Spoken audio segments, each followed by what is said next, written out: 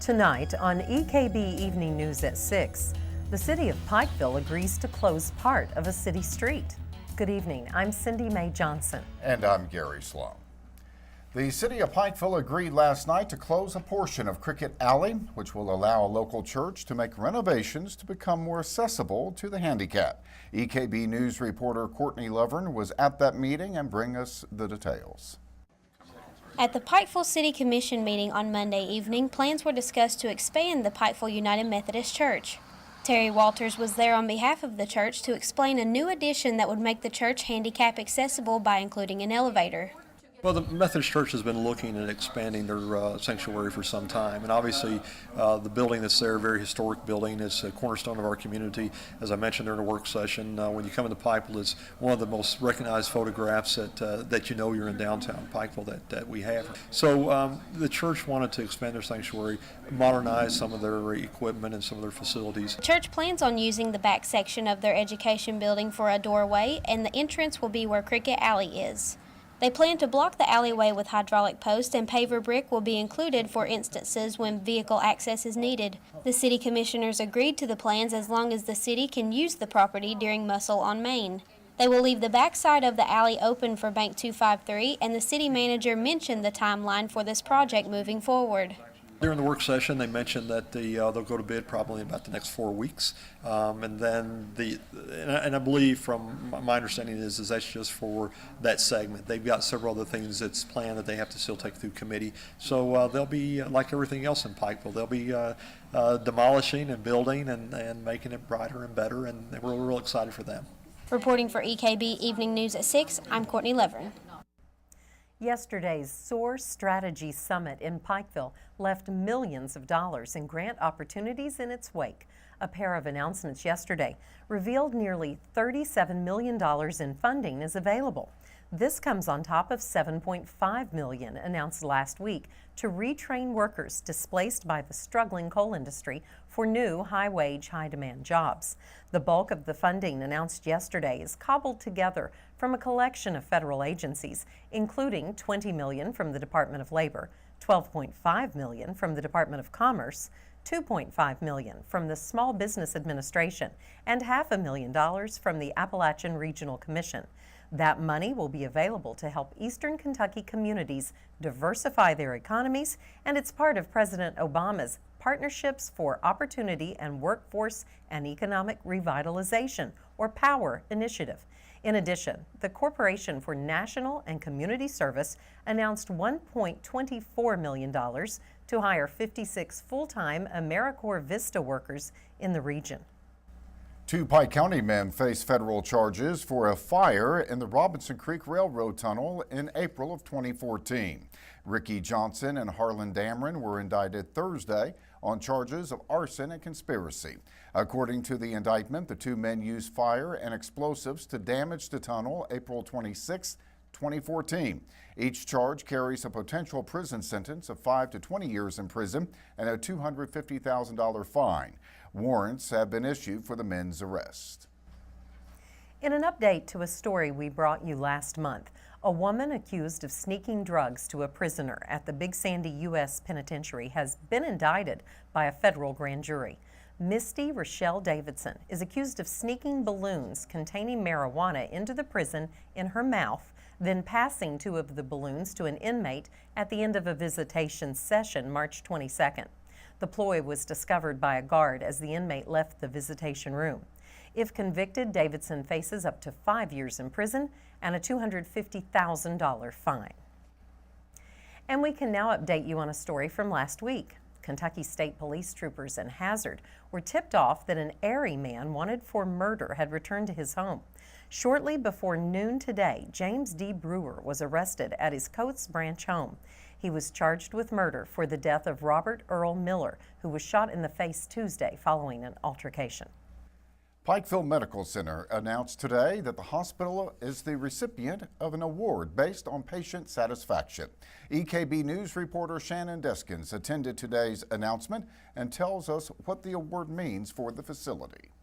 In a new system introduced by the Center for Medicare and Medicaid Services, Pikeville Medical Center has achieved the highest rating possible. That's 5 stars for patient satisfaction.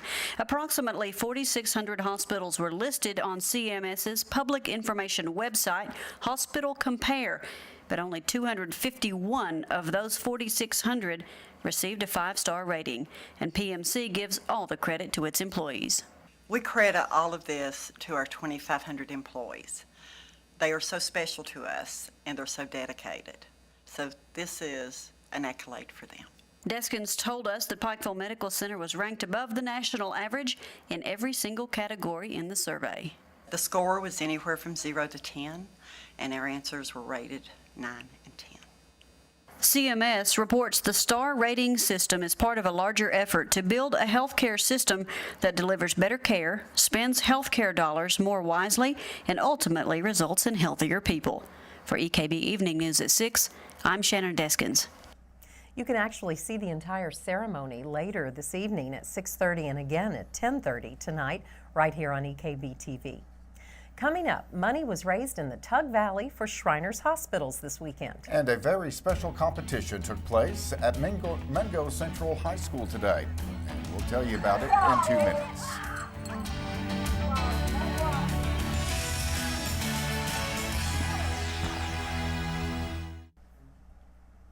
For more than 30 years, Mingo County schools have joined together in an effort to support students with special needs. EKB News reporter Shelby Steele attended this year's Special Olympics event and tells us all about it. Mingo Central High School hosted 11 schools for a county-wide Special Olympics event today. Mingo Central and Tug Valley High School, along with their feeder schools, came together to allow special needs students to show off their athletic abilities. Brian Hatfield, occupational therapist for Mingo County Schools, says this is a way to change the stereotype that goes along with special needs. It does away with the stigma that special ed has. It gives these kids an opportunity to come out and compete against each other and just have a good time. Chatteroy Church of God sponsored the event. Pastor Mike Bostic adds that this is a way to celebrate those with special needs throughout the county. These are precious kids, and they have something special to give to our community, and this is a part of how we come together to celebrate that with them. Hatfield explains that everyone is a winner at today's event. We arrange the events to where everyone will win at least a bronze medal. There'll be a first, second, and third place in every event, so everyone places. Pastor Mike Bostic adds that when you attend the Mingo County Special Olympics, you won't be disappointed. When we were preparing for all this, one of the workers here who's been doing this for several years said, make sure you bring plenty of Kleenexes because you'll cry tears of joy with these children, and we've already experienced some of that, and it's just a great thing to see how people come together. For EKB Evening News at 6, I'm Shelby Steele. At the University of Pikeville, arts majors accumulate pieces of their work throughout their 4 years at the institution. UPike senior Charles Mims is no exception as he presented his art exhibit on Friday evening to the general public. Mims had samples from his acrylic and wire art to Native American jewelry. Mims explained his stylistic approach to his exhibit. Yeah, a lot of my jewelry tends to have highly patterned surfaces, really deal with natural materials like natural gemstones that are uncut, things along those lines. So I tend to approach my jewelry with that mindset in a more primitive way that's very hands-on and labor-intensive. Each student kind of approaches it differently. I tend to gravitate towards work that's really cohesive. So the works that I selected to display in my show were ones that I felt really worked together as a whole. Mims will be graduating this Saturday, but these works will be visual representations of the memories he's created at UPike. The Tug Valley Shrine Club was in full swing this weekend as members hosted their 17th annual car show on Saturday. EKB News reporter Shelby Steele attended the event and filed this report. The Tug Valley Shrine Club hosted its 17th annual car show Saturday in Williamson. All proceeds raised from this event support the Shriners Hospitals. Shriners Hospitals for Children offers care for a variety of conditions at no cost to the family. There are over 800 children in southern West Virginia who are patients at Shriners Hospitals. Treasurer of the Tug Valley Shrine Club, Danny Witt, says Shriners Hospitals wouldn't be able to operate without the support of the community. The part that we do is just a small part. Without people stopping and throwing coins in or bills in or the things they do, this wouldn't be possible for the children. As I'm sure our potentates told you, our main purpose is to serve the children. It doesn't matter what their income is, whether they have income or whether they don't. You know, we're in it for the children and to meet their medical needs. Chet Roberts with the Benny Keatum Shriners adds that it takes a lot to support the Shriners Hospitals. We have over 60 van drivers that take them to their appointments, to their procedures that they have every year. So it's a big obligation, it's a big undertaking, but these guys rise to the occasion every year. Roberts says this is a huge opportunity for everyone involved. It's a tremendous opportunity for the community, but it's a tremendous opportunity for our hospitals and our children. The community comes out and supports them. Tug Valley supports them. All their sponsors supports. It's just a wonderful day for the hospitals and for the children of southern West Virginia. For EKB Evening News at 6, I'm Shelby Steele. If you'd like more information on the Tug Valley Shrine Club, call 304-426-8412. Coming up in just a few, Jamie Johnson will be in to separate fact from fiction. There's a lot of rumors going around about UK. They are. But first, EKB Chief Meteorologist Lathan Hopkins will be in with our weather forecast. We'll be back in 2 minutes.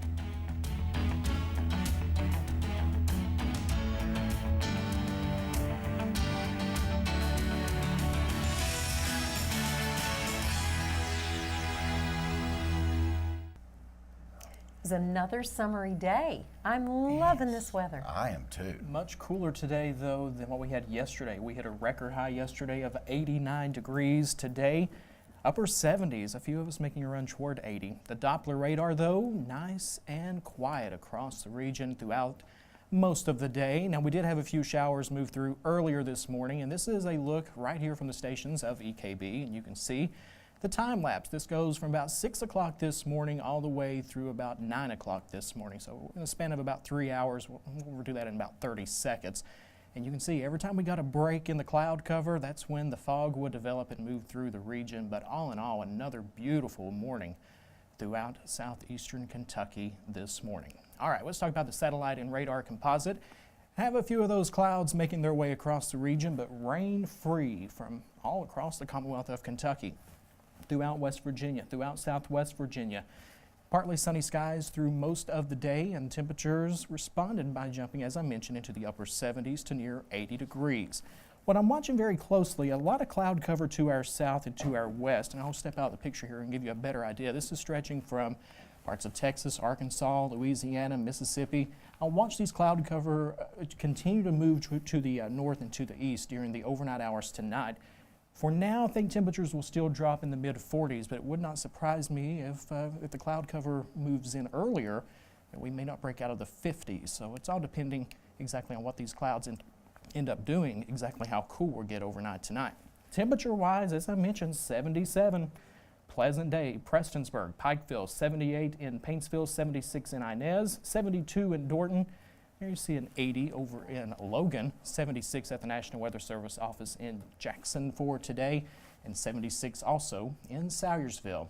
Temperatures tonight, well, as we mentioned, 40s expected. Look at some of these temperatures, though, from parts of Wisconsin where frost advisories are in effect tonight. We're going to be in the 40s here locally across our region, 50s just to the west. And then for the day tomorrow, we say goodbye to the 40s, the 50s, the 60s. We'll be back in the low 70s. A very pleasant day expected across the region for tomorrow. Some of us, especially the farther north you go toward the Mountain Parkway, may struggle to break out of the upper 60s tomorrow, as a matter of fact. So it's going to be a day maybe to let the windows up in the house and get some fresh air in, indeed. All right, let's take a look at that pollen count which is always sponsored by Faith Pharmacy, Adams Plaza and Pikeville. With the cooler, the drier air moving in, the pollen count will take a little hit. No bad news there. 8.3 out of a possible 12, but on the increase again. By Thursday, taking another hit on Friday as our next chance of rain moves in. I can show you that with the 7-day forecast. Sunny for tomorrow, 73 degrees, 80 on Thursday, 78, a 50% chance of rain on Friday, Saturday, Sunday, Monday, Tuesday, a broken record. And I think we cool right back down as we head into the early part of next week. But still, 70s and 80s and overnight lows in the 40s tonight. And you did say we need a little rain. We could stand the rain. I know it's hard to believe after April, but we could stand a little drop of rain. And I guess if people have planted, they really want some more, They're right? really hoping that the rain moves in. We'll be back with sports in 2 minutes. There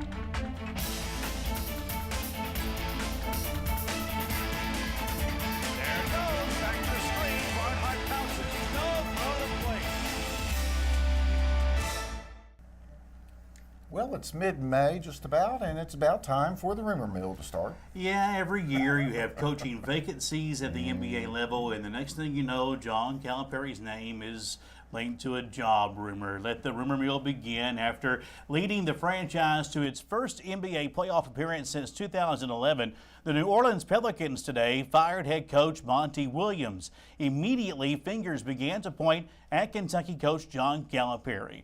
Reasons? First, there's the nurturing of future league MVP and former Wildcat Anthony Davis. Second, Cal would be reunited with former Memphis guard Tyreke Evans. Third, the fact that Cal didn't fare so well in this latest round of recruiting makes jumping back into the NBA an interesting proposition.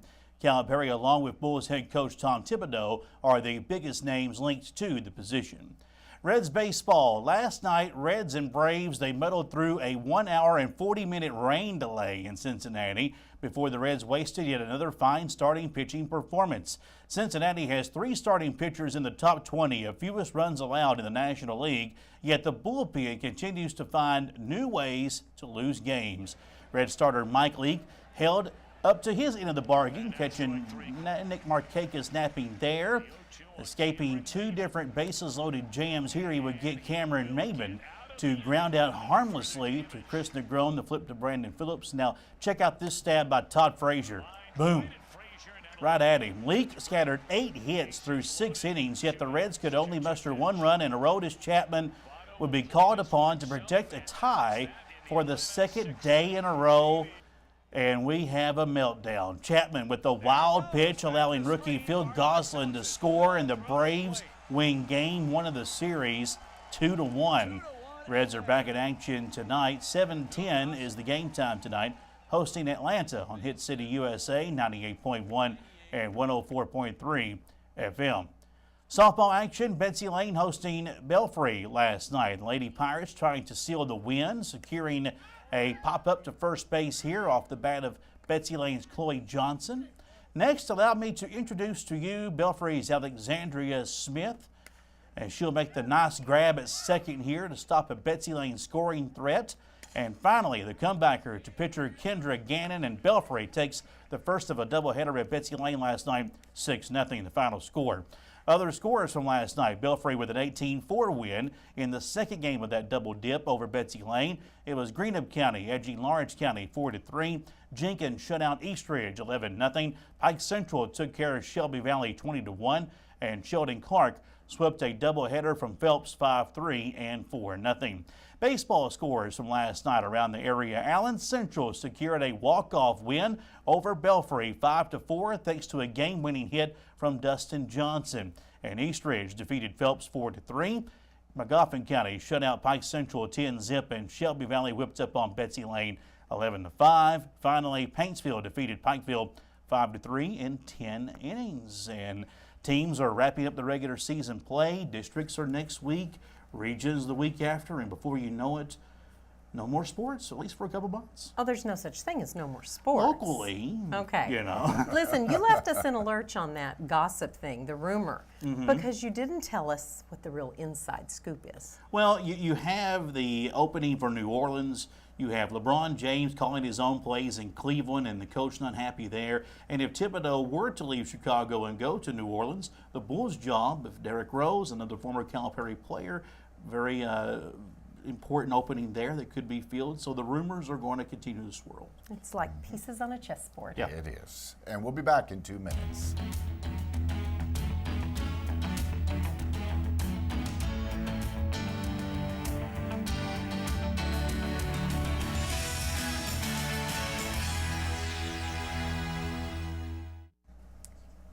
Looking nice for this evening. This evening, and a cool night overnight tonight with temperatures dropping back down in the 40s and only 73 sunny degrees for tomorrow, but the 80s return on Thursday. And do not forget, you can always find the latest forecast in tomorrow's edition of the Appalachian News Express. Okay, very good. Handy to know where to look for it.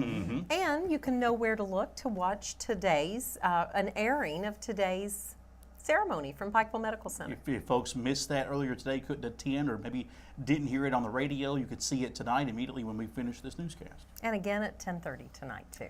Well, that will do it for tonight's EKB Evening News. Remember, you can get more local news anytime by listening to the radio stations of East Kentucky Broadcasting. You can follow EKB News and EKB TV on Facebook and Twitter.